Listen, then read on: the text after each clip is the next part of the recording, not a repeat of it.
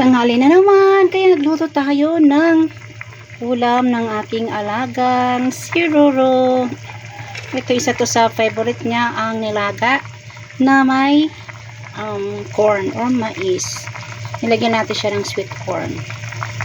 Sinunan lang natin yung tangkay ng pichay kasi medyo matigas yan. And sa ibabaw ilalagay natin yung yung kanyang mga dahon. And more gulay, mas masarap, diba? At mas masustansya. Diba? Sa akin, alam, gulay lang, okay na eh. Gulay lang sa akin, okay na yan sa akin. Mas masarap.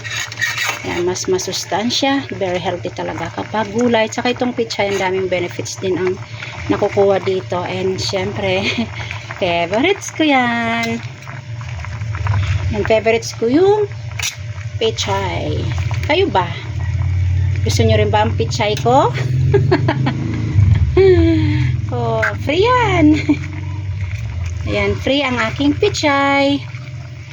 Ayan, yan na lang ating lulutuin. So, pwede na yan. Yung dahon na yan. Ayan, sarap. Yummy. So, ayan guys, ang ulam ni Roro for today's video.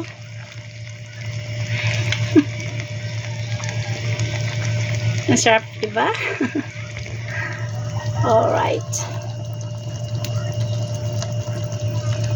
So, laksan natin ng kaunti ang apoy para mabilis siyang yan, maluto and kumulo. So, yan na. So, tikman lang natin para mamaya ay hindi na natin titikman uli pa para patayin na lang mamaya yung apoy. Okay, napakasarap nito. Tikman na natin.